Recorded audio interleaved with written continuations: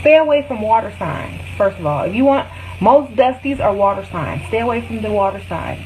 Get you a strong, masculine earth or fire sign. Just so you know. Stop asking me about Pisces man and Cancer man and Scorpio man.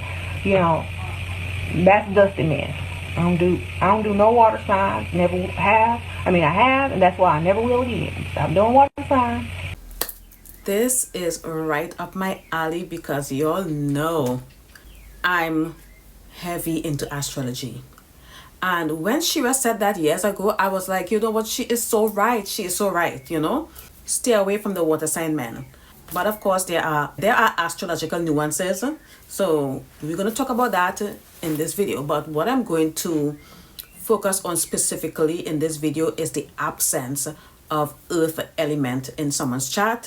So lock in. I'm going to break it down for you. I don't think Shera is that deep into astrology. She has, some general knowledge, but that's where I come in. We're going to get to the water signs in a minute, but what I want to focus on in this video is earth element. Okay, so we have fire, water, air, and earth. Ladies, just quickly, I wanted to show you an example of a birth chart that I would look at as a red flag, especially with no earth. I already do not have earth in my big six, but this is a birth chart of Donald Trump, and it's super accurate because they also have his ascendant here. Okay, now if you look at his birth chart, you would see that he has his sun in Gemini, his north node in Gemini, he has Uranus in Gemini. Okay, he has Mercury in Cancer, Jupiter in Cancer, Venus in Cancer. His ascendant is, yes, his ascendant is Leo. Explains everything. Then we come down here to another air sign.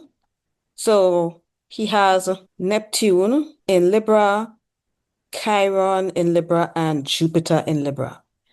And then he has his moon in Sagittarius. This is a heavy air chart. Okay, he has his midheaven in Taurus, and that's basically it. Okay, this is what I'm talking about when I say a red flag in a man. Now, think about it. How many times have Donald Trump been bankrupt? How many times? Okay, we have lost count at this point, right? Now, if you look at his second house, he has Neptune. Yes, he has Neptune, Chiron, and Jupiter in his second house. And I'm going to explain this aspect further in this video because this is just future me editing. But that's not a good sign because usually a lot of con artists, they have Neptune in the second house. And he also has Jupiter there. So whatever is going on in this house is amplified by Jupiter. Okay? Now, let's go and look at Melania Trump, his wife. Let's look at her birth chart. I don't have her ascendant because they don't have her time of birth here. But as you can see, this is a very much heavy earth chart, okay? And this is why they work so well together. This is why he loves her because she brings that grounded energy into his life. I'm not doing a synastry because this is not what this video is about. But look at it. She has so many so many of her planets in Taurus. Okay, so she has Moon in Taurus, Saturn in Taurus, Mercury in Taurus, Venus in Taurus. Then she has a Mars in Gemini.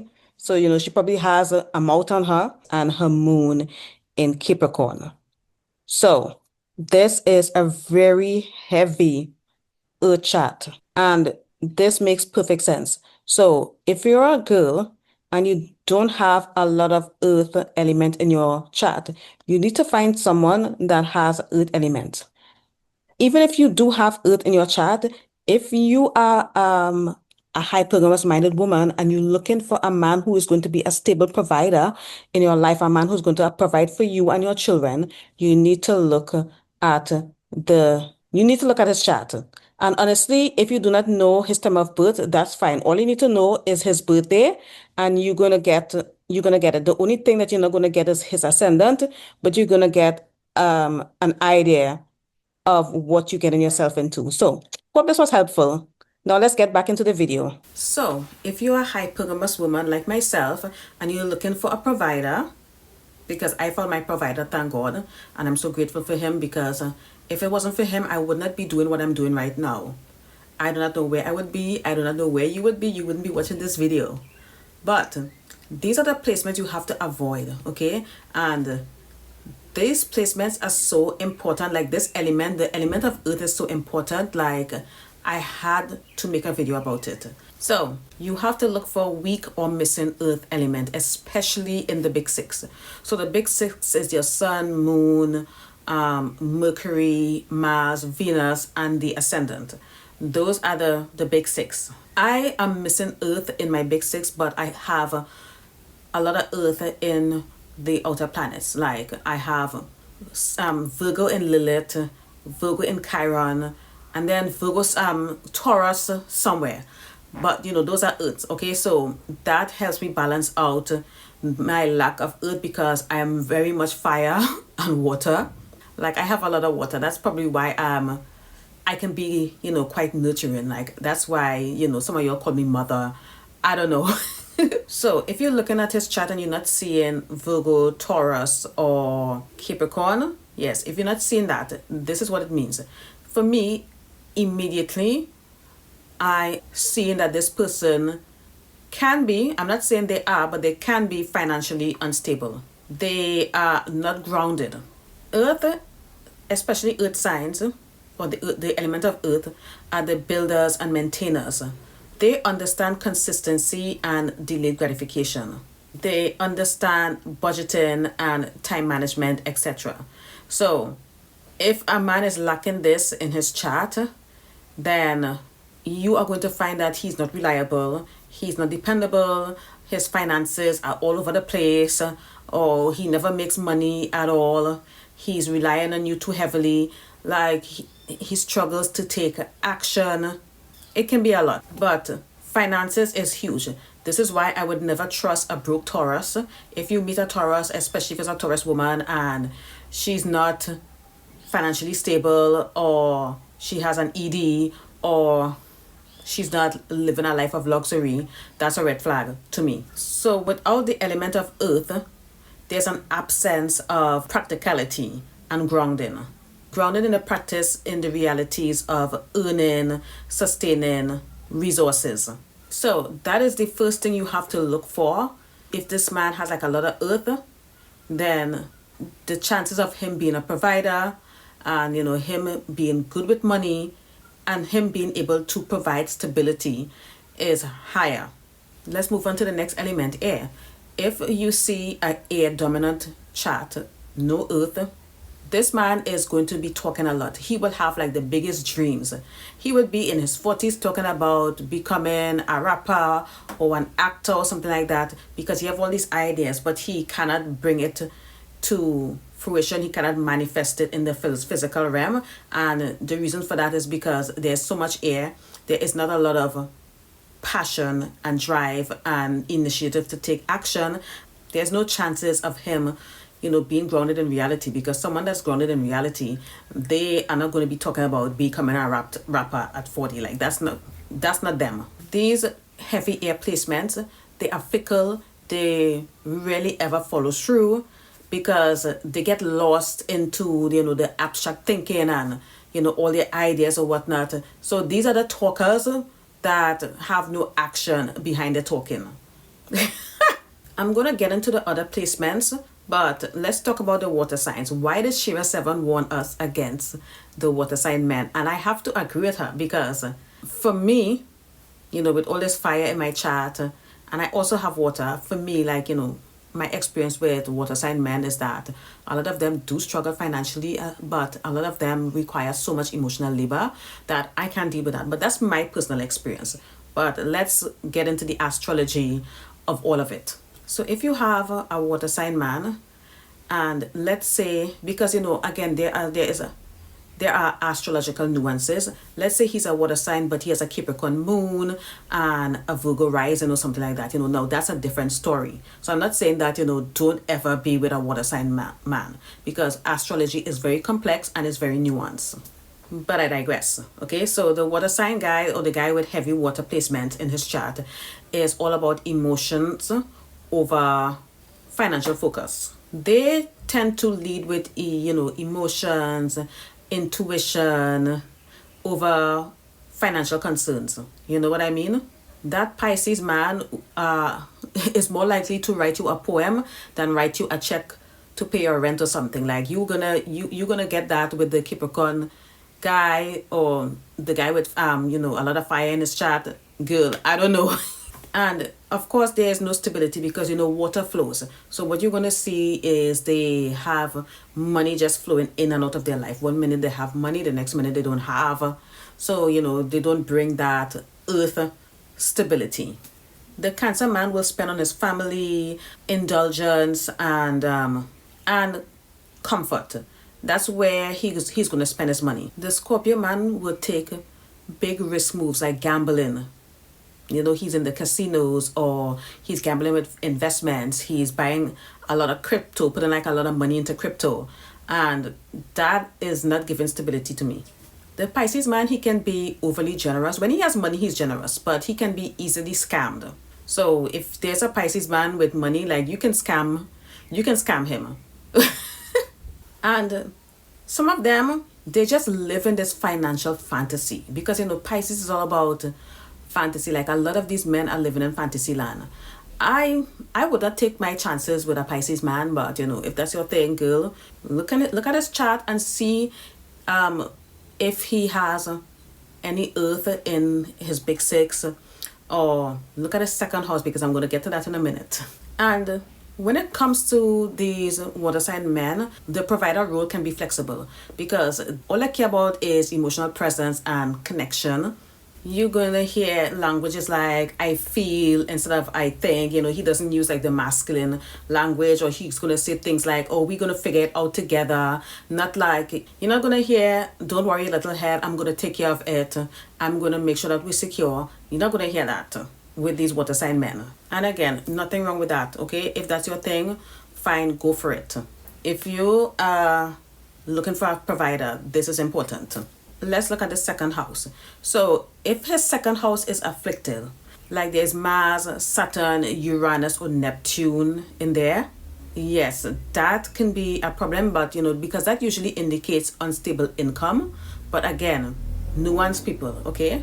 If your man is a provider and he has, I don't know, maybe Neptune in the second house or Saturn or something like that, and he's been providing, that's fine. But just remember that, when these planets start transiting and changing into different signs or whatnot, that can bring in change. It can bring in a lot of changes that can cause instability. So this is one of the reasons why you have to, as a woman, you have to learn how to manage money within your marriage. Like you cannot just allow your husband alone to manage all the finances. Like that's something that I would never recommend it.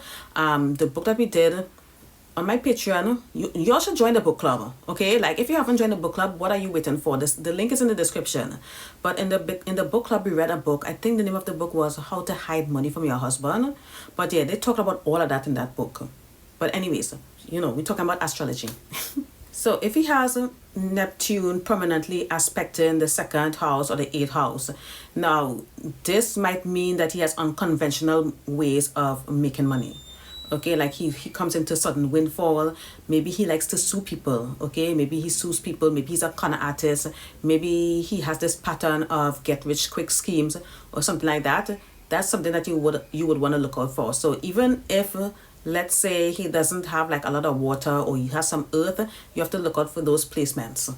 Now, don't think that fire signs are safe, because Shera did say that go for the fire signs. I think she's married to a Sagittarius.